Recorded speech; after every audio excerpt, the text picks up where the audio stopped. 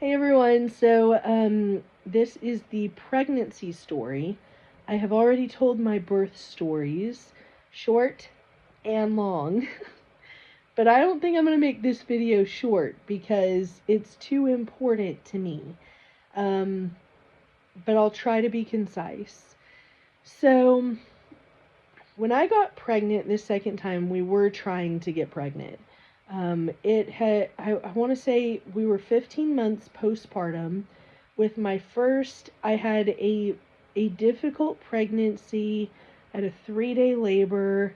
Um, the recovery period proved to be very challenging. My last birth ended in a C-section, and I just could not heal. Like, it took me, I want to say, 9 months to be able to walk recreationally. The swelling was extreme. I had carpal tunnel in my right and left hand. The right was the worst, and it never went away until I was into this next pregnancy. Um, I was depressed. I was unmotivated. No matter how much I wanted to or tried, I could not get my motivation or drive or desire to engage with other people back. And that's not like me. Like, I cannot, I was not myself. And I was just feeling worse and worse. I felt like I could barely keep up with the demands of my life, and I wasn't keeping up with the demands of my life. I was tired all the time. Like, it was just a very, very challenging recovery. I wasn't able to do a lot of things that I wanted to as a mom, like baby wear or um, what else? Go on little adventures and stuff, or get on the floor easily. Like, all of those kind of natural, normal things were very hard for me because of the state of my health. And so we did try to get pregnant. We knew we wanted babies pretty close together. And it took 3 tries, got pregnant, and we ended up switching our the whole array of people who we were using. So we got a new midwife, doula, chiropractor, everything. And it's nothing against the people who we were using before. If anything, at the time, the decision to switch everything up was more of a psychological thing for me. I just needed a fresh start. And I got that. So my current midwife met with us a time or two, and then she basically said, "Look, you're out of shape." And I'm paraphrasing. I don't know if she would describe it as this, but she basically said, "Look, you're out of shape. You need to switch your diet if you're going to have a successful experience. And I want you to eat meat, vegetables." And she said I could eat dairy, and some berries, like low glycemic fruit. And I cried. I cried for like 3 hours. I went for a drive. I was so angry because I was like, oh my gosh, I feel like I'm not eating that unhealthy anyway. All of the foods that I eat that would be considered, not as healthy are healthier alternatives compared to what I could be eating. So, for example, if I want a pizza, I'll get a pizza on cauliflower crust. If I want something carby, I'll do gluten free. So, in my mind, I was like, I am making the right decisions. I am choosing healthier options. That is, like, enough. But I had made a commitment to follow all of her advice because this woman is very, oh, this woman is very respected. She's had over 40 years in the midwifery business. This could be over soon. She's just incredible. And so I said to myself, if she cannot give me a home birth No one can. So I'm just going to trust her advice. I'm going to go with what she says, um, and then give it my all to have a VBAC home birth. And I made those changes, and I did some research, and I got a CGM, a glucose monitor, like a wearable glucose monitor. There's little things on, let's see it, the back of the arm, um, that monitors your glucose levels, and you get all this information on an app.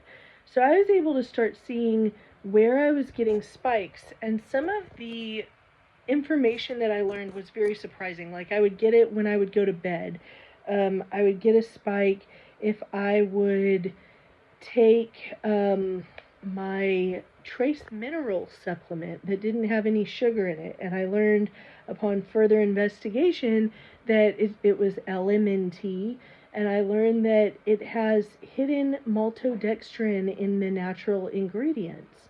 And if you write them, or, just kind of do some searching, you'll find that they're pretty open about it, but they don't say anything about that on their packaging. But it was causing these huge glucose spikes when I would sip it through the night. So there were things like that where I was like, okay, I can make these changes. I started following the Glucose Goddess on YouTube, and she has a number of tips that you can do to get your glucose levels down and maintain them without having to forsake all of your favorite foods.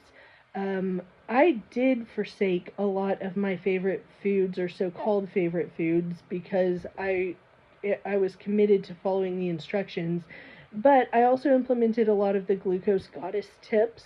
Some of them are: go for a walk after a meal, have a little shot of, like, a tablespoon of apple cider vinegar like 20 minutes before you eat, eat a veggie loaded meal, eat the veggies first.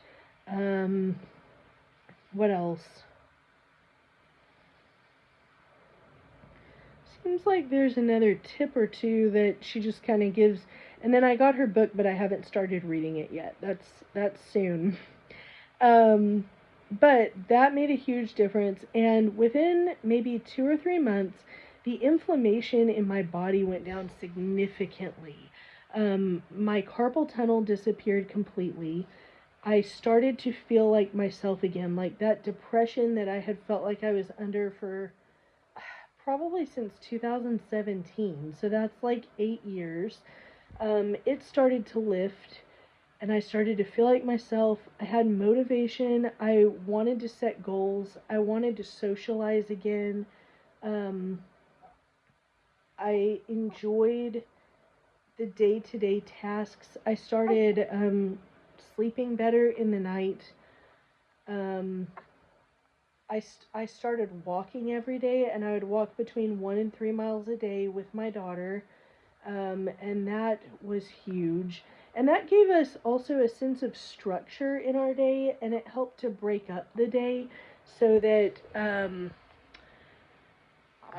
I don't know, I don't have a car, so I'm here in this house like all the time.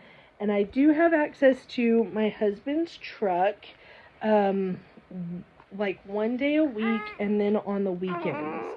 And I'm sure if I wanted to, I could take the car in the evening, but, I don't want to go anywhere at 7 after a long day.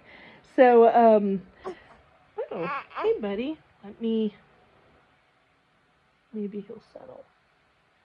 So, yeah, going for the walks was a way to get out of the house, to see different things. I've got to know like 12 of our neighbors just because I'm walking in the neighborhood all the time. And I'm not joking, like, I know like 12 people in the neighborhood. And we have chickens, so I bring a lot of them eggs. And I just enjoy our interactions. Like, some of them I see almost every day. And so, there was a richness that started to develop within my life. What else happened? Oh, gosh. This is one lesson that is, well, let me back up. Another thing, I'm very, very guarded as to who I will let around my daughter. Um, I am not a spend the night mom. I am not a come babysit my kid mom. And we we realize we're really going to need someone who is safe with her when we go into labor and when we have the baby. And heaven forbid, if we end up transferring and needing a C-section, that's 4 days in the hospital that we're going to need someone who we can trust, who is safe to watch her because she can't come with us. And so that forced me, because my midwife said, well, who does she feel most comfortable around? And it was my in-laws. And we hadn't made much of an investment in developing those relationships since getting married. And a lot of that was my own guardedness, my own unwillingness to be open, and my own hardness of heart. And so, and I think some of it was misunderstanding, and so we started investing in those relationships, and they've been extremely gracious and open to us. And our daughter, Carice, she loves her grandparents, and her grandparents love her. And that had a way of opening my heart also. So this experience has led to what I would say is the beginning of the healing and development of those relationships. And that's actually where she is tonight and why I'm able to make this video, because my in-laws are willing to watch her, and I'm just so thankful. Like, it's so refreshing to know that there are people who won't hurt her, who will be there, who are trustworthy, who will honor us and respect our boundaries and support us in our parenting. And I think it's rare, but I'm just learning to be so much more open.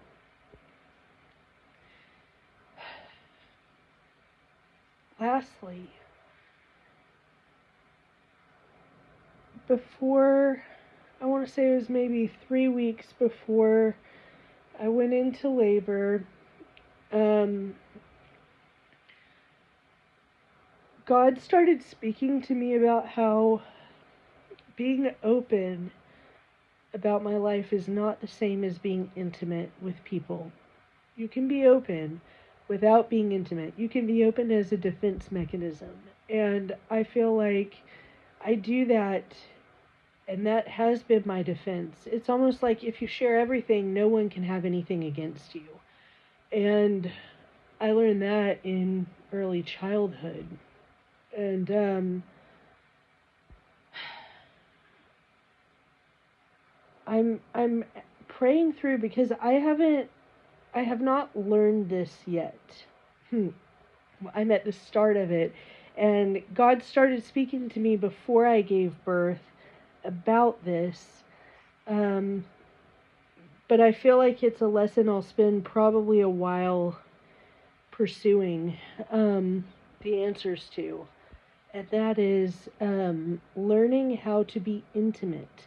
Learning how to be intimate and share myself in friendship, in my family relationships, in my marriage with my kids, in my sex life, like a number of areas where I feel like I've had my guard up in different ways, and I have not wanted to be vulnerable, or I have used openness as a defense mechanism so that people don't actually have to get to know me in some way. And God started speaking to me about that because, birth is a very intimate experience, and it requires vulnerability. And um, that is something I'm still processing, is just like, what does it mean to be intimate, especially whenever you don't know how someone else will react, or when they misunderstand you, or when they don't receive you, or when they don't like what you have to offer. What does it mean to choose to be intimate even still? And in some relationships, you shouldn't be intimate if someone does not receive you. In other relationships, like family or like a marriage or like with your kids, I feel like to some degree you are obligated to pursue intimacy even if there are misunderstandings, or if there is hurt or pain or unresolved issues or woundings. You know, you still have to choose to be intimate if you hope for the best within those relationships. And so that's something I am thinking through and praying, and that I want to pursue in the next season of my life. Like, as I heal and recover, that is next for me. Um, so that came up. Um, and now that I'm on the other side, I'm doing a very intentional rest. So there's this way of resting after you have a baby called the 5-5-5, where you spend 5 days in bed, 5 days around the bed, and then 5 days in the house. Um, what that means is the first 5 days you want to spend like basically laying down. You get up to go to the bathroom, and then you go right back to bed. The next 5 days you are like around the bed. So that means you might get up, go sit in the living room, for a few hours, go to the bedroom, lay on the couch, like you're not confined so much to the bedroom, but you should be resting as much as possible. Ow. And then the next 5 days, you are around the house. So that's where maybe you go and get your own drinks. Maybe, like you spend 10 or 15 minutes on your feet just doing some light chores or something. And then you build up day by day. And then after that, you'll have your 2-week appointment, which is where like they check your tear, make sure it all came together, and basically release you to do things like stairs. And that's where you can start kind of taking it slow back into normal life, but you still have a lifting restriction for the whole like 6 weeks, I think. I don't know if that's I don't know if you have that if you don't tear. I think probably because your uterus has the wound from where the placenta is. So basically the whole thing is like a wound. They say it's the size of a dinner plate, but if your uterus is shrinking down, and if it's like the size of a grapefruit, I imagine the whole surface area on the inside is like a giant wound. So you want to give it enough time to heal, and you want to give your pelvic floor enough time to heal and be strengthening it in the process. And that is what I'm doing now. And so I'm in that around the house phase. So I've done some chores. I actually feel great. But I am disciplining myself to take it slow, because I had such a terrible recovery last time.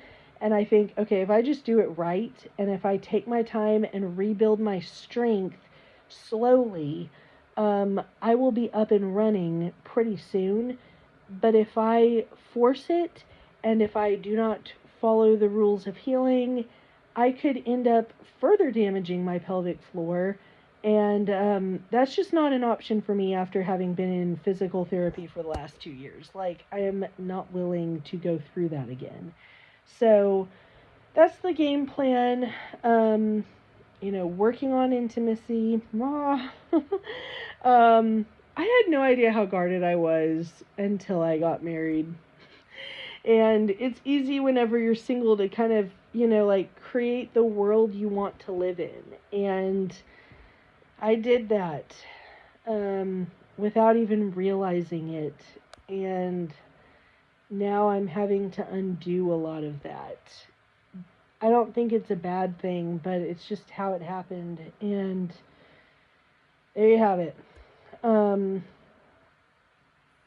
so, yeah, I want to work on that. I'm going to continue the same diet that I started at the beginning of my pregnancy, because my hope is, now that I am not pregnant, and I don't know how it's going to go with breastfeeding, I'm hoping if I just stay the course, keep healing my body, remain intentional, then my body will keep healing and I will start to actually lose weight. I did lose about 10 or 15 pounds during my pregnancy, so that was exciting. I still don't know how much, because my weight is still fluctuating so much after having had the baby, but I should know here in the next week or two, I bet. Like, it'll stabilize. But I think I've lost between 10 and 15 pounds. And I really want to just continue that. I'm not trying to do anything like calorie deficient. I'm just trying to eat healthy, watch my glucose levels, follow my glucose rules, and then work out, like do my walking and stuff. Um, and I'm going to start rebuilding my pelvic floor and everything maybe tonight with the Expecting and Empowered app. And it starts with like breath work, very, very light stretches and ways of breathing. And then you gradually increase. And by the end of the 6 weeks, you are like primed and ready to begin weight training and cardio and stuff. I want to say the first day, it encourages you to walk 3 minutes around your house. So I'm talking, it's very slow, incremental increases. So I'm excited to try that. And, he's so cute. Um, I'm excited to try that. And, yeah, I'm just going to keep on keeping on, do my garden, enjoy my chickens, and set little goals here and there. This whole year is going to be about simplicity, and it's going to be about organizing and getting like the last things from when we moved and when we got married and yada yada in like maintenance mode. It's been 3 years, and there are several areas of our lives that we have not got into maintenance mode.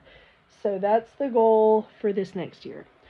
And that's the rest of what I had to say. So thanks for listening. I hope that this encourages you. If you are on a health journey, I just highly recommend look into that Glucose Goddess. If you're pregnant, the book Real Food for Pregnancy was extremely helpful to me. Real Food for Pregnancy. And it is so worth the investment. Like, the way I feel is night and day different. I cannot say that enough. So it's life-changing, and I feel like I've got my life back, and I am excited about getting it back even more as I can like start healing and going for walks and taking my kids places. Like, I really look forward to that. So the end. Talk to you later. Bye.